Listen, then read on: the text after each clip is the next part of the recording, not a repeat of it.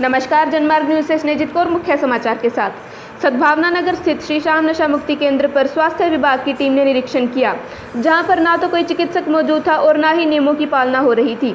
स्वास्थ्य विभाग की टीम ने निरीक्षण के दौरान पाया कि नशा मुक्ति केंद्र में करीब 43 युवक भर्ती थे तथा सोशल डिस्टेंसिंग की पालना भी नहीं हो रही थी। जानकारी के अनुसार सद्भावना नगर स्थित श्री श्याम नशा मुक्ति केंद्र को बंद करवाने के लिए इस मोहल्ले के लोग काफी समय से आंदोलनरत हैं।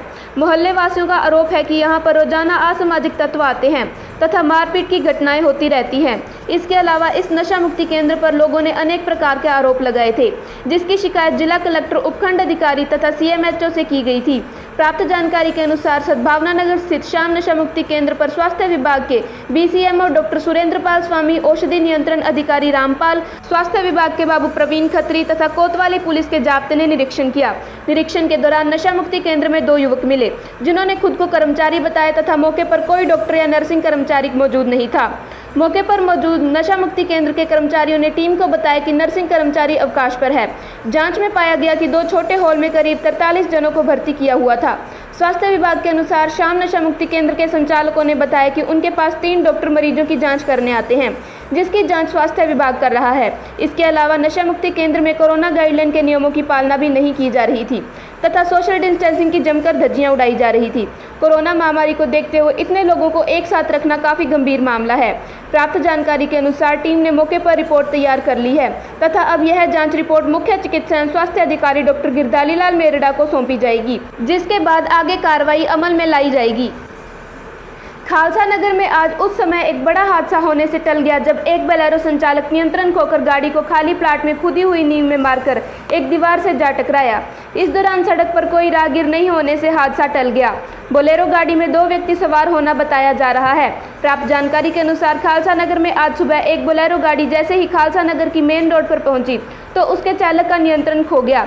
नियंत्रण खोने के बाद गाड़ी एक खाली प्लाट में खुदी हुई नींव से होते हुए एक मकान की दीवार से जा टकराई, जिस कारण मकान का थड़ा भी क्षतिग्रस्त हो गया। जानकारी के अनुसार इस हादसे में वाहन चालक को मामूली चोटें आई। घटना की जानकारी मिलने पर लोगों की भीड़ जमा हो गई, जिसमें प्रबुद्ध लोगों ने बीच में पड़कर मामला शांत किया। गनीमत रही कि इस दौरान इस अनियंत्रित बोलेरो की चपेट में कोई व्यक्ति नहीं आया, क्योंकि खालसा नगर में सुबह सुबह लोग मॉर्निंग वॉक करने के लिए आते हैं और जिस समय यह हादसा हुआ उस वक्त कोई वहां मौजूद नहीं था, वरना एक बड़ा हादसा भी हो सकता था।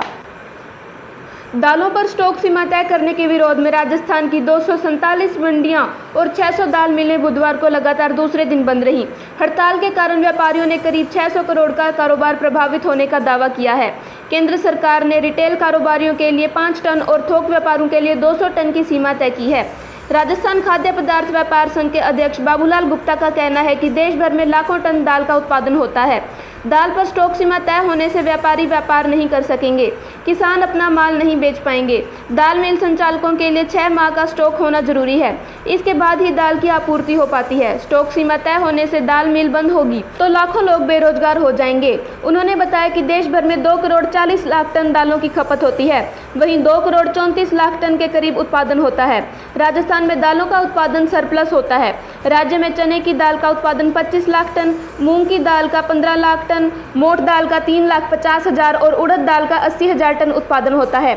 गुप्ता का कहना है कि स्टॉक सीमा तय करते ही दाल कारोबार में मंदी का दौर शुरू हो गया है। जिस कीमत में खरीद हुई उससे कम में बेचना पड़ रहा है। उन्होंने बताया कि केंद्र सरकार के निर्णय के विरोध में मंगलवार और बुधवार को 2 दिन की हड़ताल की गई है। उधर भाजपा के प्रदेश प्रवक्ता और विधायक रामलाल शर्मा का कहना है कि स्टॉक सीमा तय होने से आम लोगों को फायदा होगा।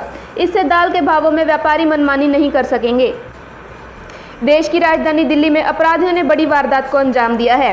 पूर्व केंद्रीय मंत्री दिवंगत PR कुमार मंगलम की पत्नी किटी कुमार मंगलम की उनके घर पर घुसकर हत्या कर दी गई है। पुलिस के मुताबिक कुमार मंगलम की पत्नी किटी कुमार मंगलम की हत्या बीती रात वसंत विहार स्थित उनके आवास पर की गई थी। 67 वर्षीय किटी कुमार मंगलम की तकिए से मुंह दबाकर हत्या की गई है। दक्षिण पश्चिम दिल्ली के DCP ने बताया कि हत्या की इस घटना को पिछली रात को अंजाम दिया गया। किटी कुमार मंगलम दिल्ली के वसंत विहार इलाके में रहती थी। उन्होंने बताया कि इस हत्याकांड में एक संदिग्ध को हिरासत में लिया गया है, जबकि 2 अन्य की तलाश जारी है। खास बात यह है कि अपराधियों ने किटी कुमार मंगलम की हत्या क्यों की, इसको लेकर कोई बात सामने नहीं आई है। पुलिस का कहना है कि वो पड़ताल कर रही है। किटी के घर में काम करने वाली ने बताया कि घटना वाली रात करीब 8:30 बजे लॉन्ड्री वाला घर में आया था। उसके बाद 2 लोग और भी आए थे। इन 2 लोगों ने घर में काम करने वाली के हाथ पैर बांध दिए और किटी कुमार मंगलम की हत्या कर दी। काम करने वाली के बयान के आधार पर पुलिस ने लॉन्ड्री वाले को गिरफ्तार कर लिया है और पूछताछ कर रही है। इस हाई प्रोफाइल हत्याकांड के साथ ही राजधानी दिल्ली में एक और सनसनीखेज वारदात हुई है। दक्षिण पश्चिम इलाके में दोहरे हत्याकांड से पुलिस भी सकते में है। वायुसेना में अकाउंटेंट के 27 साल के बेटे और उनकी 52 साल की पत्नी की हत्या कर दी गई। हत्या की वारदात को वर्जिश के लिए इस्तेमाल किए जाने वाले डंबल से अंजाम दिया गया है। हत्या के शिकार हुए शख्स के पिता कृष्ण स्वरूप सुधीर एयरफोर्स में अकाउंटेंट हैं। वे पालम एयरफोर्स स्टेशन पर तैनात हैं। मरने वाले युवक की पहचान गौरव के तौर पर की गई है, जो हैदराबाद में निजी कंपनी में काम करता था। बताया जा रहा है लॉकडाउन के चलते वो पिछले 1 वर्ष से बेरोजगार था। पुलिस को हत्या की इस वारदात की जानकारी उनके पिता ने दी। हालांकि अभी हत्या की वजह साफ नहीं हो पाई है। पुलिस जांच में जुटी है। बीकानेर में वाहन चोरों को मानो खुली छूट मिली हुई है। पिछले 1 महीने में 30 से ज़्यादा बाइक चोरी हो गई हैं। अब बड़े वाहनों को भी आसानी से उठाया जा रहा है।